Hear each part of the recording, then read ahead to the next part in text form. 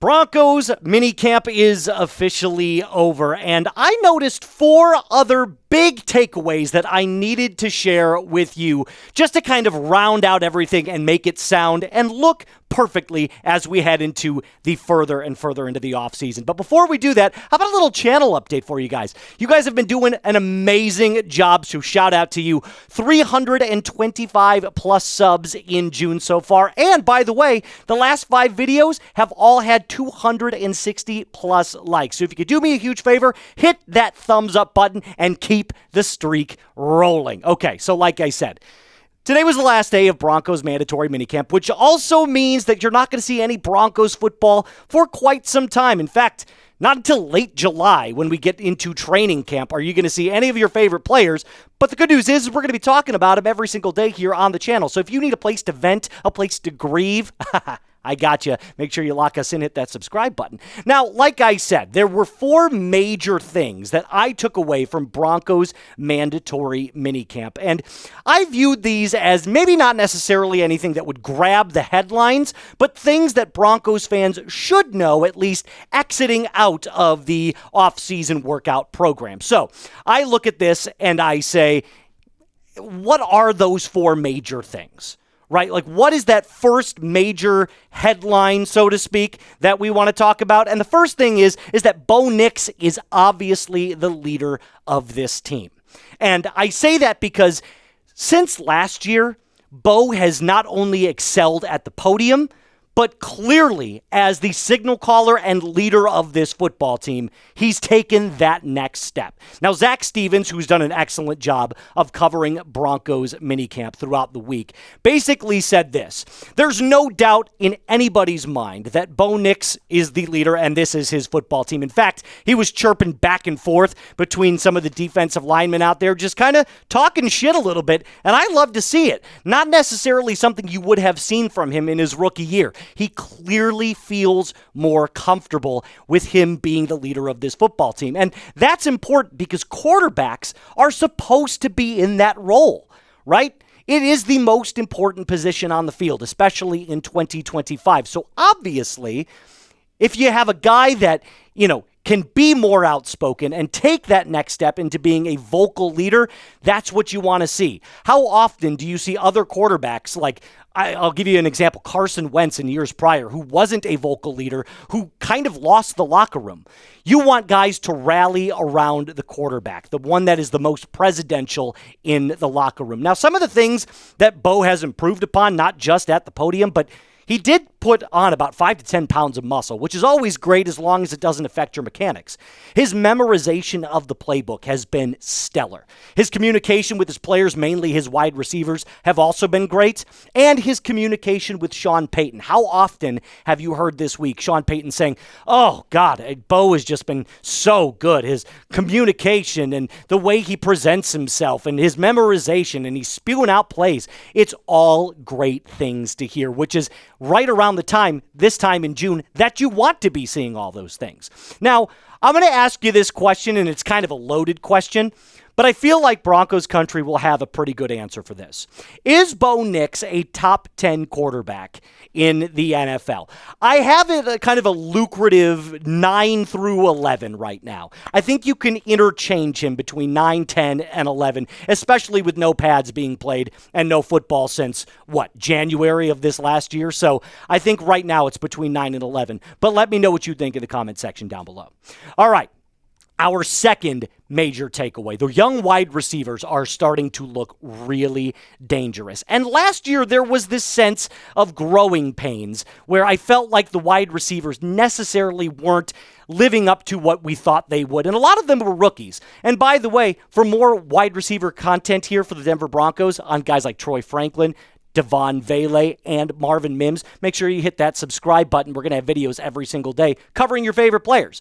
So Zach Stevens, by the way, said that Troy Franklin had a really good offseason plan. Sean Payton commented multiple times about how he made major explosive plays. Same with guys like Marvin Mims, who were seen today going through different route drills where his feet looked lightning fast.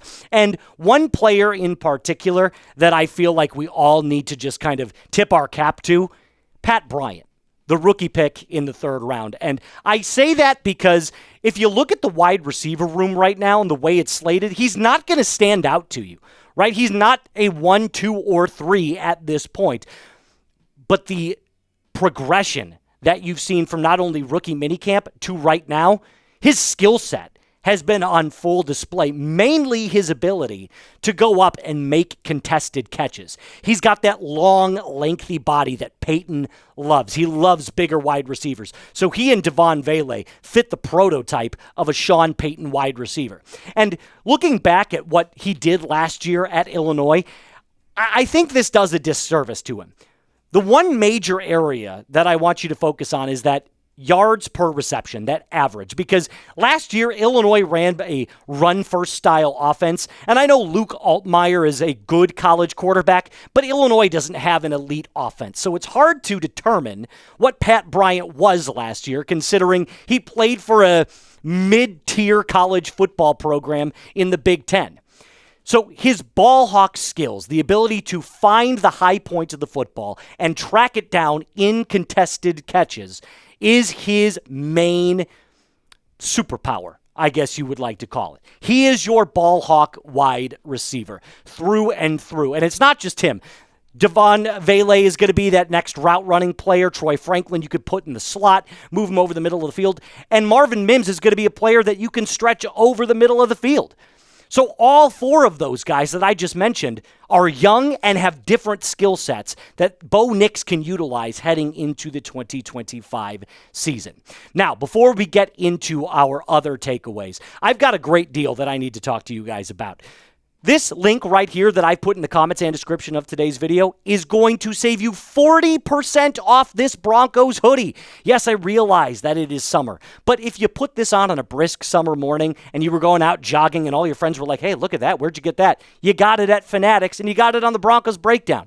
So again, it's 40% off. You're not going to find a better deal than this right now. And also, it helps support the channel. So use this link that, like I said, that I put in the comments and description of today's video to start shopping today. Chatsports.com/Broncos hoodie. The third takeaway, J.K. Dobbins is high on the Broncos. I know this is a more recent one considering he just signed this week, but I got to tell you, I'm smitten right now. And they called it puppy love. It's a little Donny Osmond for you. But Zach Stevens, again, like I said, been doing a great job, basically kind of captured how every Broncos fan should feel about J.K. Dobbins with this quote. He said to his former team, the Chargers, and Jim Harbaugh, good luck to them. I'm a Bronco now. They got to see me twice a year. That confidence is brooding. And the way that the running back room is currently set up, I know a lot of Broncos fans are going to look at this and go, well, we want R.J. Harvey as RB1. Relax. Sean Payton's play calling style has a rotation, that running back by committee sort of value. Dobbins and Harvey are going to split time. Same with Audric Estime, although they all have different skill sets. J.K. Dobbins a little more north to south, R.J. Harvey a little more east to west, and Audric Estime is your goal line third down back. Now, Dobbins, coming off of a very productive season when he was on the field last year, I know he's been plagued by injuries. But there's one thing that I want you to note, that Dobbins, when healthy, is almost averaging 5 yards per carry. And I feel like the Broncos view him as a very low-risk, high-reward player, someone with good hands that can help mentor an R.J. Harvey, even if it means for a one-year rental deal. And that thunder and lightning combo that you're going to see is something that should have you getting goosebumps on your arm.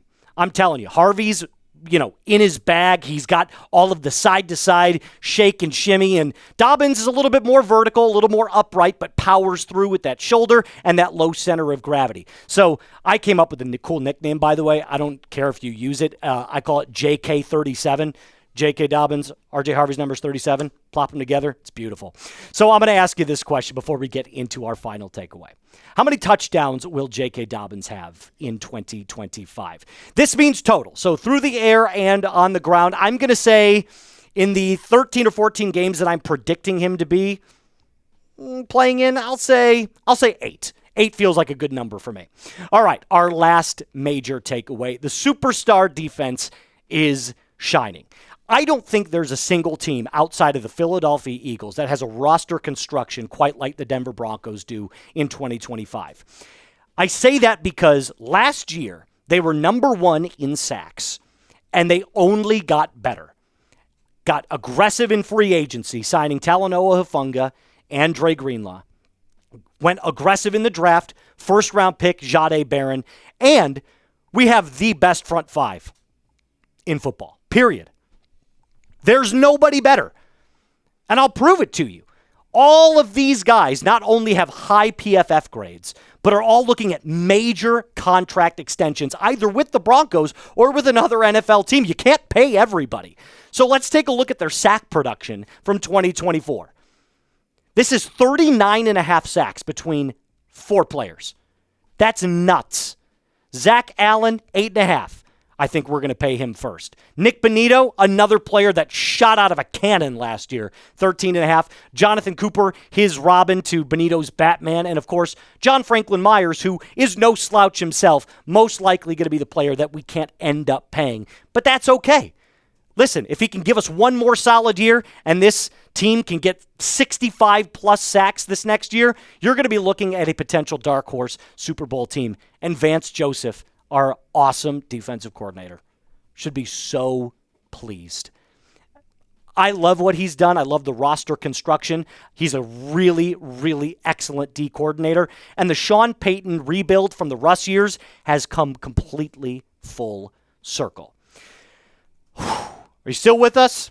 Good. I got to give a special shout out as well to Brady Robinson, who on our last video, I said to spam Broncos, and I would give a major shout-out to whoever spammed it the most. Well, it seems like Brady spammed it at least 800 times. So I got to give a major shout-out to our buddy Brady Robinson. Shout-out to you, man, for getting down in the comment section on our 2 days video ago. That's what it was. We had over 600 comments on that video, which was greatly appreciated. So if you made it to the very, very end, do me a favor, just give it the extra tap. Like the video, thumbs up. It's free, helps out the channel, and helps us grow as well. That's going to do it for us on today's episode. Remember to like the video, subscribe, and as always, be cool.